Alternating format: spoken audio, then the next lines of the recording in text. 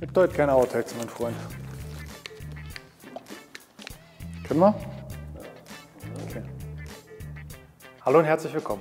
Ich bin der Nico von den Autolackaffen und begrüße euch heute zu einem neuen Video. Heute geht es um das Thema Unilack auf Hochglanz.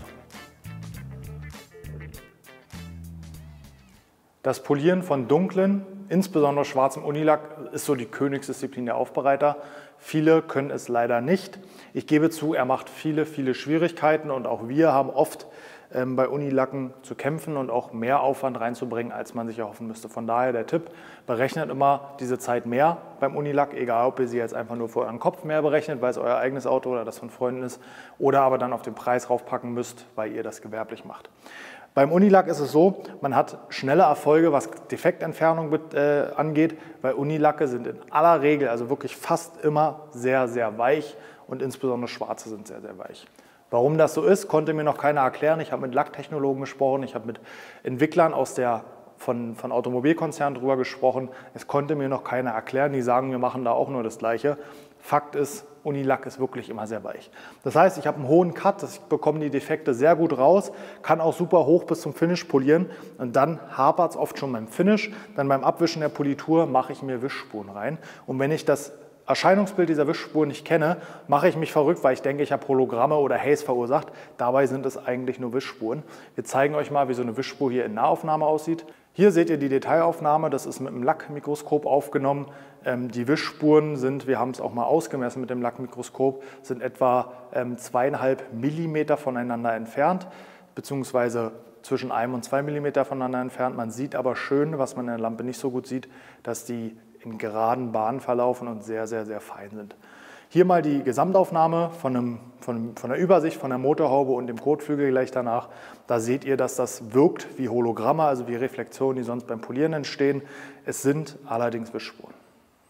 Meistens läuft es also so ab, ihr poliert im Cut-Bereich, sei es mit einem Fell oder einem Mikrofaserpad oder sogar mit einer Abralon. Bei dem Wagen mussten wir Motorhaube und Heckdeckel zweistufig sogar schleifen, weil da sehr starke Lackstrukturschäden drin waren. Dann wurde hochpoliert erstmal nochmal die Schleifspuren entfernt mit einem Mikrofaserpad in 2 Durchgängen und einer Heavy Cut, mit einer Medium Cut und einem mittelharten Pad und mit einer Finish und einem eher weichen Pad. Nach der Finish und nach dem Abwischen der Politur vom Finish sah es dann schon mal ganz gut aus. Wir hatten ein schönes Bild mit ganz leichten Wischspuren. So kann man das grundsätzlich lassen. Wenn man nur so ganz leichte Wischspuren hat, die sieht man in der Sonne nicht. Von daher auch der Tipp, guckt zwar immer unter der Lampe, aber wenn ihr euch nicht ganz sicher seid, fahrt einfach mal raus in die Sonne, weil viele Sachen, die diese Lampen, die Scan-Grips, so gut sie auch wirklich sind, zeigen, sieht man unter keinem realen Licht. Die sind einfach viel zu krass. Wie dem auch sei, wir haben den Lack danach entfettet, weil eben ein Coating auf den Lack kommt, gibt es dann auch im nächsten Video. Und dann bam, Lackzustand katastrophal, wir haben das Ding in die Sonne gefahren, sah wirklich furchtbar aus. Und wir haben gesagt, okay, leider müssen diese Wischspuren jetzt hier vom IPA stammen, was tun wir jetzt?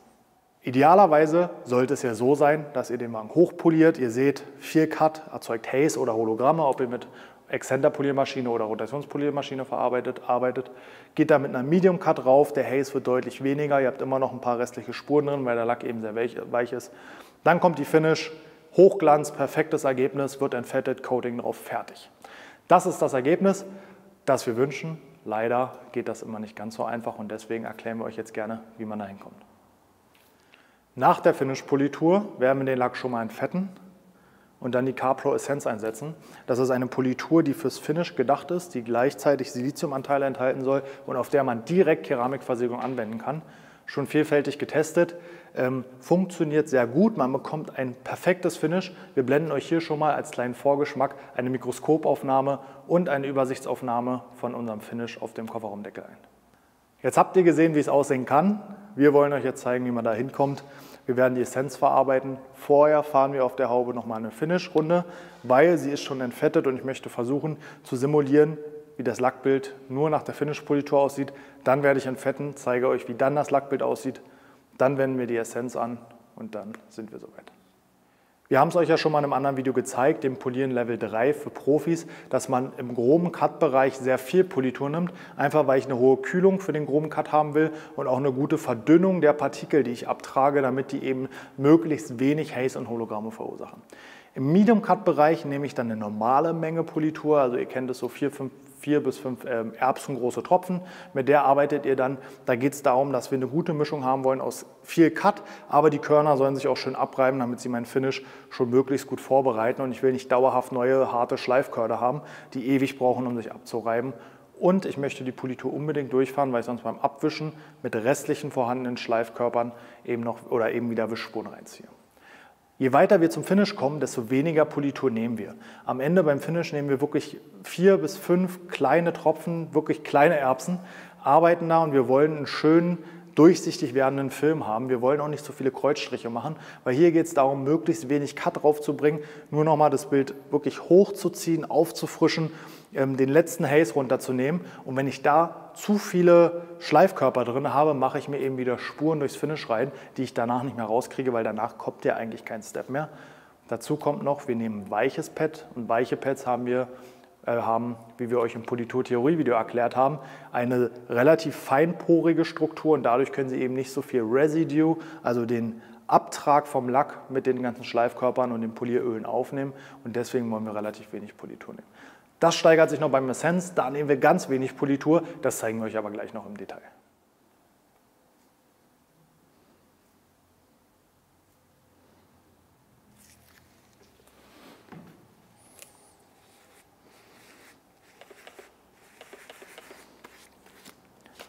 Jetzt sind wir bereit, mit der Finish-Politur loszulegen.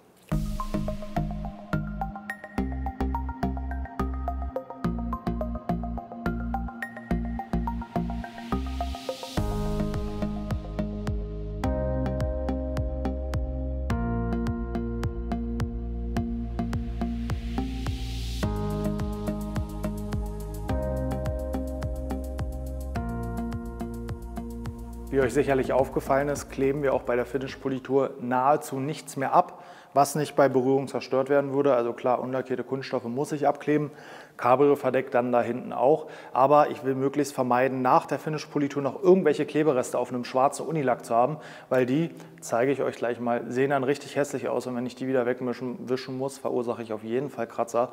Deswegen im Finish-Bereich bei Uni-Schwarz so sensibel wie es geht. Nach jedem Durchgang, maximal 2 Kreuzstriche, wird das Pad auch ausgeblasen, am besten mit Druckluft, wenn es gar nicht anders geht mit der Bürste. Das ist wirklich essentiell, weil ihr müsst euch vorstellen, der Lack zerkratzt fast vom Angucken. Kommt mal mit, ich zeige euch mal, wie so ein Kleberest aussieht. Die Spur, die ihr hoffentlich gut erkennen könnt, ist davon, dass der Kleberest abgezogen wurde und beim Abwischen sich etwas Kleber ins Tuch gerieben wurde und der wurde dann hier drauf verteilt. Den muss ich dann wieder entfernen und die Spur dann idealerweise auch wieder mit Politur entfernen. Deswegen ziehe ich vor dem Finishgang komplette Klebeband ab, was jetzt eben nicht empfindliche Teile schützt, sondern die auch zwischen den Ritzen und mache dann lieber nochmal vorsichtig sauber.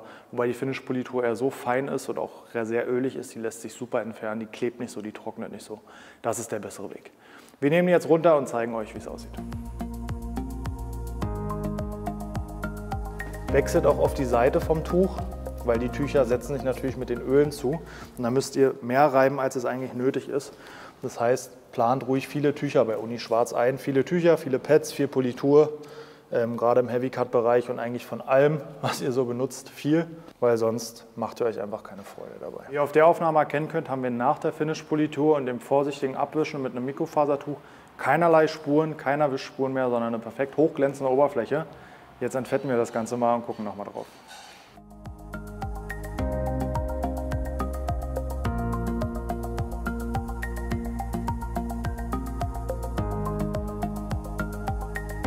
Jetzt sieht man hier wunderschön die Spuren, die der Alkohol verursacht hat.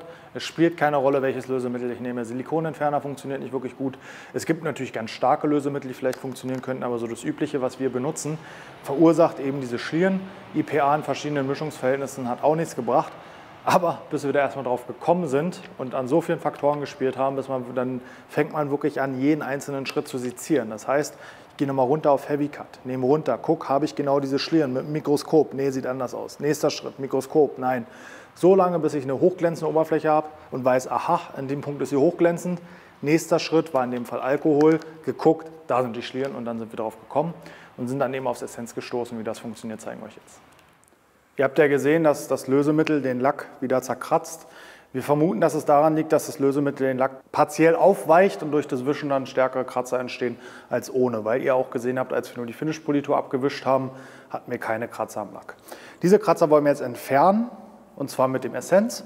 Dafür gehen wir anders vor, als der Hersteller beschreibt, beziehungsweise zumindest als die deutsche Beschreibung ist. Wir haben mehrere Sachen ausprobiert und die Variante, die wir jetzt machen, funktioniert für uns am besten. Wir nehmen extrem wenig Produkt, ich zeige euch das gleich, wirklich nur je nach Bauteil 2 bis 3 ganz kleine Punkte auf dem Pad, tragen es einmal in der Mitte des Bauteils auf und gehen dann von da in die entgegengesetzte Richtung und verteilen es auf dem Bauteil, gehen danach noch einmal rüber, um das wirklich nochmal glatt zu ziehen. Danach kommt das Tuch und dann ist die Oberfläche eigentlich perfekt. Ich komme mal zu euch und zeige euch das. Ich bearbeite jetzt nur dieses eine schmale Stück der Haube bis zur Kante und deswegen reicht mir das schon aus.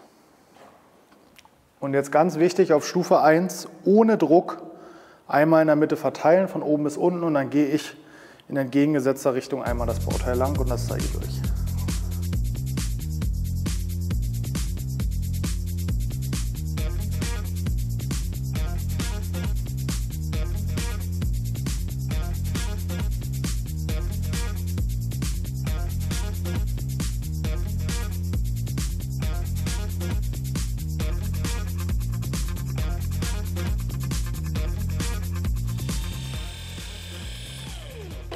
Und jetzt noch einmal mit dem gleichen Pad noch einmal abziehen.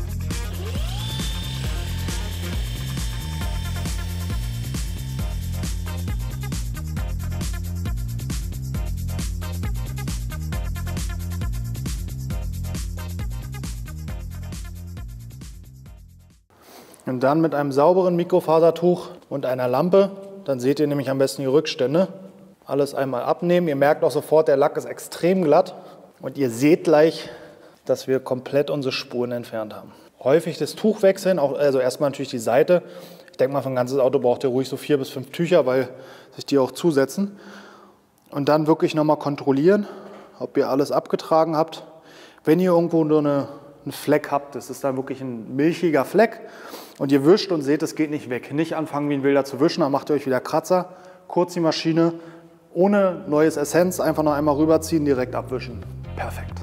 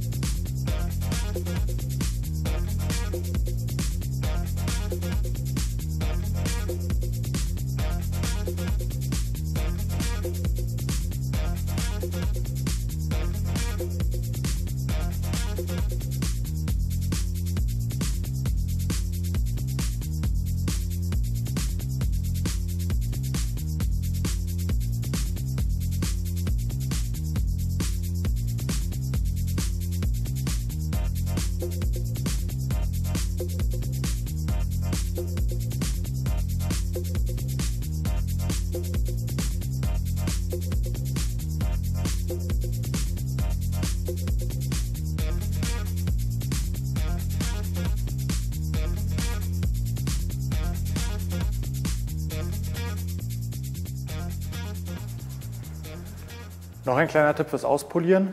Während ihr mit dem Tuch arbeitet, guckt am besten in den Lack rein, weil dann seht ihr die Schlieren, die ihr noch habt vom Überstand des Produktes. Wenn ihr euch nicht sicher seid, ist es eine Schliere vom Produkt oder eine, die noch nicht entfernt wurde, wischt mal in 2 verschiedene Richtungen. Wenn die Schlierenrichtung sich ändert, wisst ihr, es ist noch ein Überstand. Dann wischt ihr einfach mehrfach komplett ohne Druck, wirklich lieber mit schnellen, ganz sanften Bewegungen rüber, bis die weg sind. Guckt danach noch einmal so ein bisschen auf den Lack, also versucht euch auch, den Fokus vom Auge auf den Lack zu legen. Dann seht ihr nämlich, ob ihr irgendwo noch Überstände habt. Wenn das der Fall ist, seht ihr ja auch, wie ihr die beseitigen könnt. Ich weiß nicht ganz genau, wie das Essence funktioniert. Es ist definitiv so, dass wenn man es mit einem Mikrofaserpad oder einem harten Pad verarbeitet und auch mehr Produkte nimmt, hat man einen extremen Haze oder mit der Rotationsmaschine entsprechend Hologramme. Von daher wird schon ein erheblicher Anteil an Schleifpartikel drin sein, der diese feinen Spuren rauszieht. Selbst wenn es so sein sollte, dass die nur abgedeckt werden, gibt es einfach Lacke, nicht alle schwarzen Unilacke, aber sehr viele, bei denen man gar keine andere Wahl hat, als so vorzugehen. Und wenn ich dann da ein Coating drauf packe und das 2-3 Jahre hält, ist mir das eigentlich relativ egal, ob meine ganz feinen Wischspuren abgedeckt werden. Wie gesagt, ich glaube es nicht, weil die Essenz wirklich ordentlich schleift, wenn man sie mit einem entsprechenden Pad verwendet und auch ordentlich Spuren hinterlässt. Gehe ich eher davon aus, dass sie tatsächlich entfernt werden und man dann einfach nur den Überstand abwischen kann. Das war so viel zum Hintergrund.